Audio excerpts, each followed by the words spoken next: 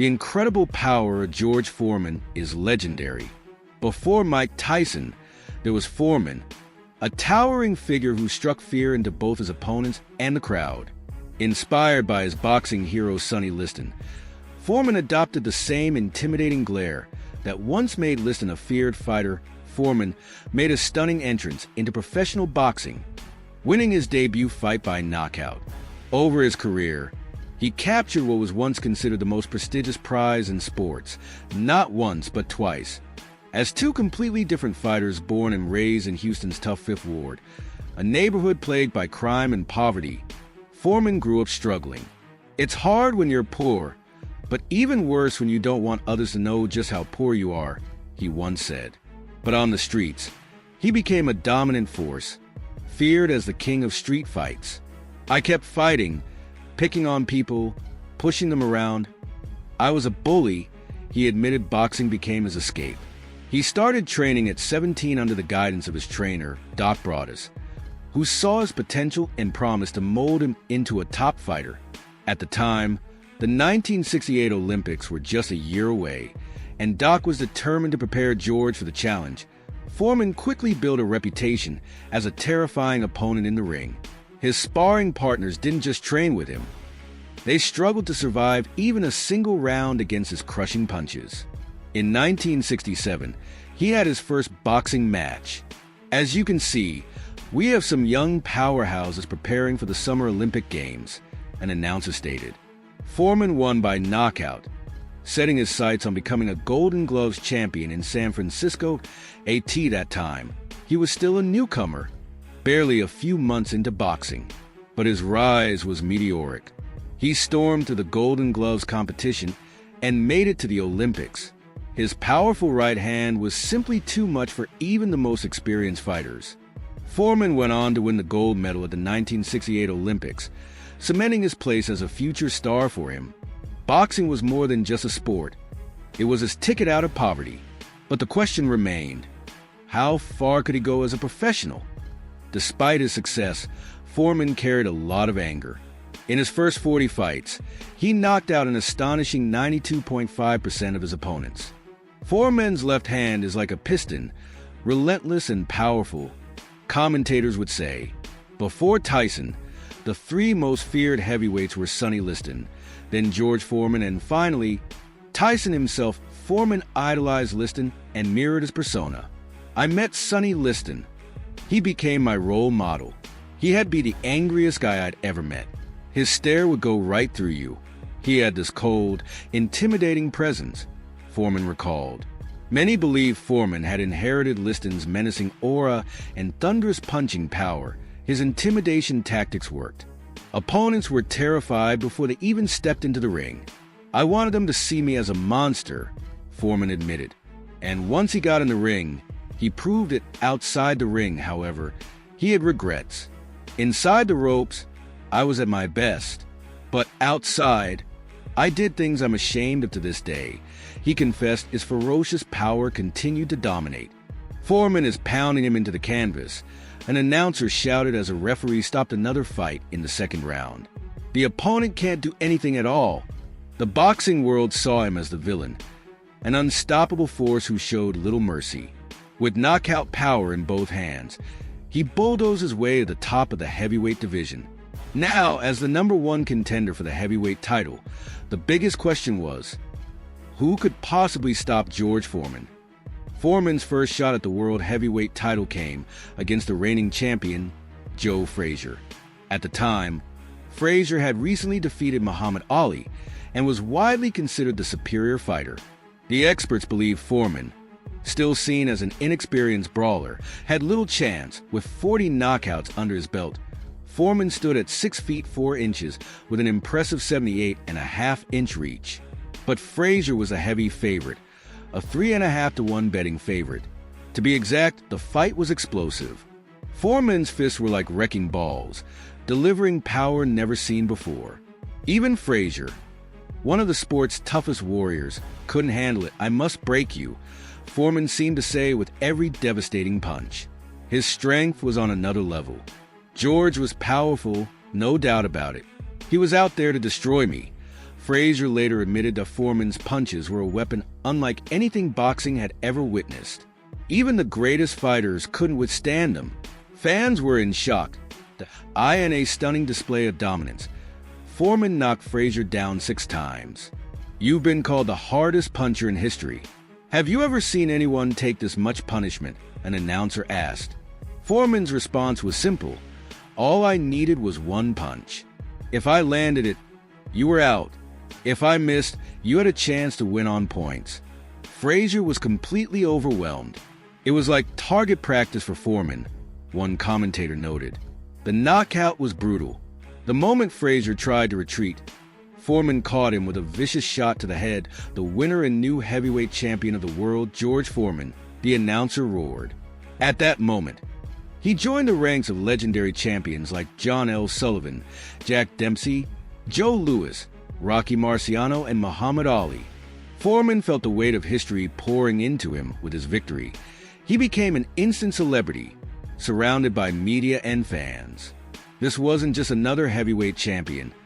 This was a new kind of force in boxing. Unlike past champions, Foreman had destroyed a fighter who had beaten Ali. He had crushed Joe Frazier, a man many thought was unbeatable. Many believed Foreman was the scariest fighter of all time. "I never thought Tyson was the most terrifying." In his prime, "The fighter that truly scared me was George Foreman," one boxing analyst said. "To be a boxer, you have to be a little crazy," Foreman once joked. "And you definitely can't be too smart." His fights were pure brutality. He didn't just knock people out, he dismantled them. He pummeled opponents before finishing them off. One memorable fight, Foreman delivered a punishing right hand, flooring his opponent for the 2nd time. The final knockout was devastating. Look at his opponent's eyes, completely glazed over. A commentator observed Foreman, with his cold and expressionless face, was declared the winner once again. His power was unmatched, and his reign of dominance had only just begun. Ken Norton went 24 rounds with Ali, and in their second fight, Ali was lucky to win. Norton even broke Ali's jaw. Then, in another fight, both fighters got knocked out in 2 rounds. Later, Norton lost to Muhammad Ali in a 12-round split decision back in September. The crowd is showing a mix of cheers and boos, but it's clear that Ken Norton is the fan favorite. However, when it comes to the betting odds, George Foreman is the clear favorite. He's considered the most intimidating heavyweight of all time. Foreman was expected to be the greatest heavyweight ever. The reason Ali sided with Norton was simple. He didn't like George Foreman. When asked if he really believed Norton could beat Foreman, Ali said, "This man went 24 rounds with me and even broke my jaw. Back then, I was in top shape. Foreman was just a bully. His own team was afraid of him. He brutalized the people who trained him, and they were terrified of him. If he gave me that much trouble, you know he's dangerous." Ali had already beaten the best, including Joe Frazier, but people still doubted him.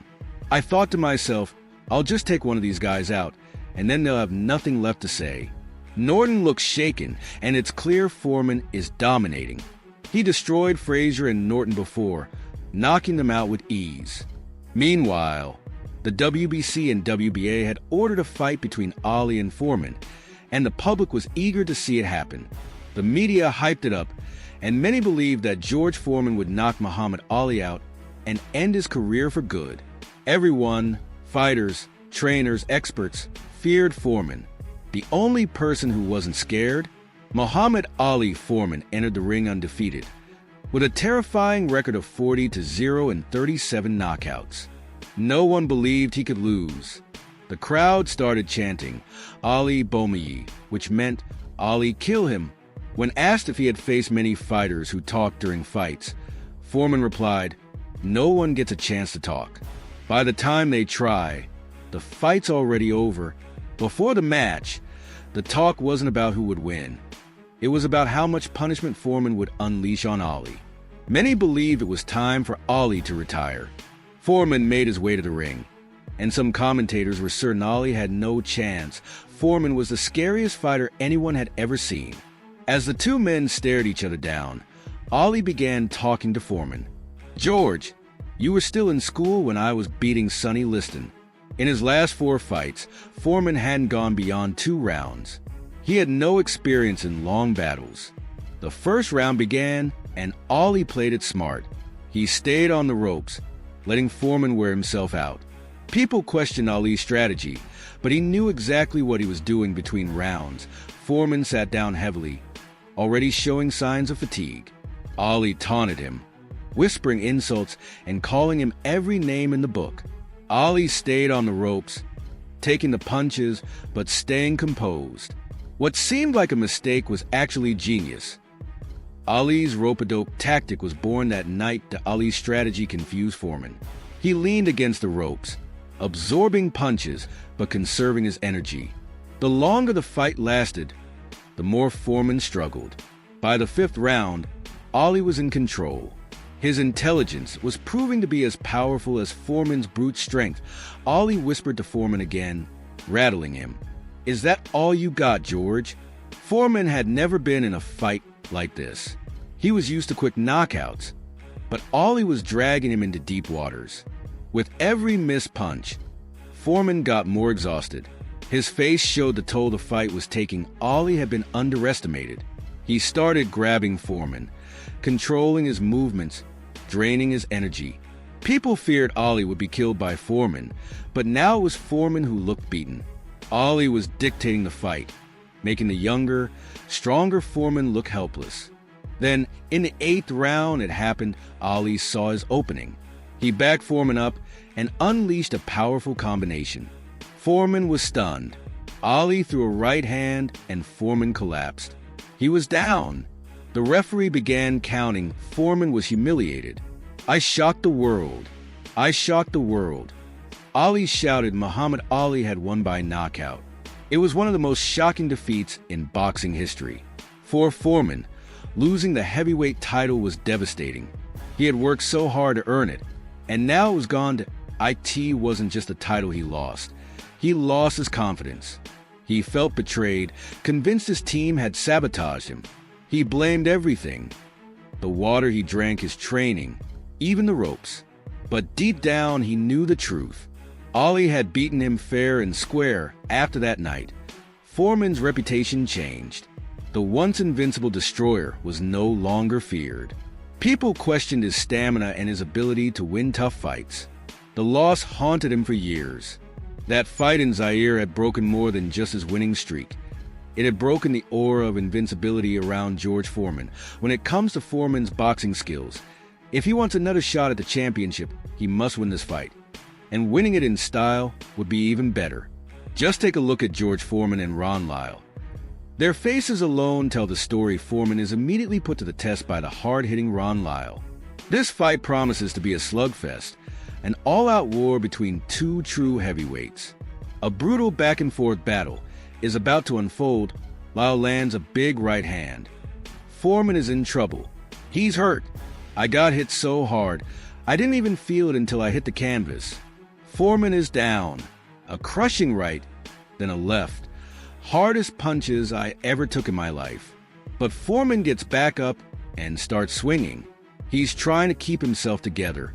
Now, Foreman strikes back. What a fight. An explosive right hand. If every boxing match ended like Foreman versus Lyle, the UFC wouldn't even exist today. Some punches don't just hurt. They completely disconnect you from reality. Foreman is down again. A wild fight. If it had hurt, I might have stayed down, but it didn't. I just felt different. My legs wouldn't work right, and I lost control. Now Lyle is in trouble. He's hurt. What an unbelievable fight. No fancy moves, no strategy. Just 2 men throwing everything they have. This could be the end. It's over.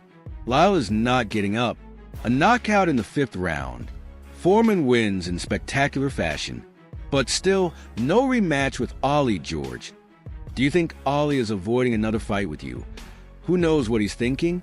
I'd love a rematch. I carried a lot of anger for years because of that. Instead of Ali, Foreman faced Joe Frazier again. And just like the first time, it ended with Foreman winning in the 5th round by TKO. With that victory, he dreamed of another shot at Ali. In my mind, there's only one real goal, to win back the heavyweight title. And there's only one loss I need to avenge, and you know who that is. Still, Ollie never gave Foreman a rematch.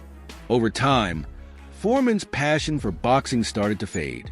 He would go on to lose a close decision to Jimmy Young in Puerto Rico in 1977. After that loss, something changed. Foreman claimed to have a religious experience. Others called it exhaustion from the heat. Whatever it was, it led him to retire from boxing. People told him, "It's just a fight. You'll be fine." But something deeper was happening. He collapsed and was rushed to the hospital. The press was told it was heat-related, but Foreman believed it was something more than just a blackout. The feared fighter known as Big George vanished from the public eye. For the next 10 years, he stepped away from boxing, reflecting on what Ali had taken from him. One of the most remarkable things Foreman did was acknowledge Ali's greatness and accept his loss. He even built a shrine in his home, a constant reminder of the fight. That punch, he got me right in the eye. But looking back, I realized I wasn't just happy with my life now. I was proud of the life I had before. I brought those two things together and became an evangelist. 14 years after leaving boxing, Foreman devoted his life to preaching. The little bit of fame and fortune we get in life won't follow us to the grave, he told his congregation for 10 years. He found peace and faith, serving as a minister. During that time, did you ever think about boxing again? Not once. For 10 years, I didn't even shadow box. Foreman also became a dedicated father. You've got 5 sons, 5 daughters. You must be proud. I named all my sons George Edward Foreman. In 1984, he founded the George Foreman Youth and Community Center, using all his savings to help kids get scholarships and stay off the streets. But as time went on, money became tight. The youth center drained his finances, and he was on the verge of losing everything. The bills kept piling up, lawyers, building fees. I had nothing left. That's when he made an unexpected decision. After 13 years, he would return to boxing. I asked my wife what she thought. She said, "They're going to kill you. Don't do it. You're 300 pounds. You're too old. You'll never be champion again." At 315 pounds, out of shape and long past his prime, Foreman was determined to make a comeback. I knew how to promote myself. I knew how to train. I knew how to get back in shape. I was starting from the bottom. Just as suddenly as he had retired, Foreman returned. At first, he fought no-name opponents and journeymen. When I stepped on the scale and saw 315 pounds, I thought, that's a knockdown right there. He fought and won again.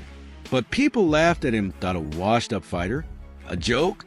Some saw him as proof that boxing was declining. A desperate man cashing in on his past glory. Foreman kept winning. 8 straight victories. He was an overweight, aging ex-champ, but he wouldn't quit. People wrote letters. "George, don't do it. You're embarrassing yourself." But none of those letters included money. That he kept fighting, kept training, and little by little, people started to take him seriously again. At 39, he was still a 6 powerhouse. Opponents wanted to prove he was done, but they underestimated him. He may look slow, and yeah, he's got a belly, but that punching power, it's still there. After years of ridicule, Foreman had pulled off one of the greatest comebacks in boxing history. They laughed at me, but every time they laughed, I fought another fight, and another, and another, and I kept winning. George Foreman, the ex-champ at 39, was no joke anymore. He was a real contender once again. During his first run, George Foreman was a dominant force, but in his comeback, he became a fan favorite. His charm and sense of humor won people over. In boxing, no one was more admired or in demand than George. I think he's got it. George became the king of promotions. He's incredibly popular, and it's well-deserved. Nothing about him is fake. He appeared in magazines, commercials, and even had his own sitcom. You look great. You're only saying that because it's true. Foreman was famous as a boxer, but as a salesman, he was a phenomenon. I learned how to sell. I spent 10 years away from boxing as an evangelist, and I realized that if you don't make noise, no one listens. At the peak of his fame, George became the face of a household grilling product, the George Foreman grill. The sales were staggering, bringing in nearly $5 million a month. Then, suddenly, the checks just started rolling in. The grill sold over 100 million units. To top it off, he was bought out for around $140 million after already making a fortune. This is my George Foreman family-size grill. What is it? It's my George Foreman grill that cooks pan. People loved his larger-than-life personality. He had the highest knockout percentage among heavyweight champions, and part of his comeback story involved his weight fluctuations. At his first return fight, he weighed 267 pounds. 3 years later, 263. You've heard of Slim Fast? Well, George developed Slim Slow. It might not look like George hit hard, but once he connected, his opponents were paralyzed. Boom. Perfect timing. Rodriguez goes down. 6, 7, 8, 9, 10. It's over. Applause. The same man who demolished Joe Frazier 17 years earlier was making an incredible comeback. Now sporting a shaved head, he racked up 22 wins on his way to another title shot. Demand was growing for a showdown with heavyweight champion Evander Holyfield, AT the time. It would be the biggest payday in heavyweight history. People said, I may be old and fat, but here I am. A 42-year-old Foreman would challenge a 28-year-old Evander Holyfield for the undisputed heavyweight title. Many critics dismissed it as a joke. A lot of people thought this fight was a farce. But George took Holyfield's best shots and kept going. I gave the first round to George because he actually hurt Evander in the last 30 seconds. Round 6, the decision is in. The winner by unanimous decision and still heavyweight champion of the world, Evander Holyfield. Foreman may have lost on points, but he proved his comeback was real. This is once in a lifetime. It could take another 50 years to see something like this again, closer to 50 or 60 than to 20. George went toe-to-toe with the younger champ. He's holding on, trying to catch his breath. What's happening to the world? Every senior citizen watching can be proud. Like many fans, some wondered if it was time for George to retire before he got seriously hurt. But after Michael Moore defeated Holyfield, George called up his team. George, don't kid me. You want to fight Michael Moore, don't you? More than anything in the world. At 45, Foreman would get one last shot at the title. I knew what Teddy was saying, but I just looked at him and said, go get me a sandwich and sit down. The media called George the Clown King of boxing. Some people think he's more King Kong than King. Skeptics argued he didn't deserve the shot. He hadn't fought in 18 months, and he had lost to Tommy Morrison.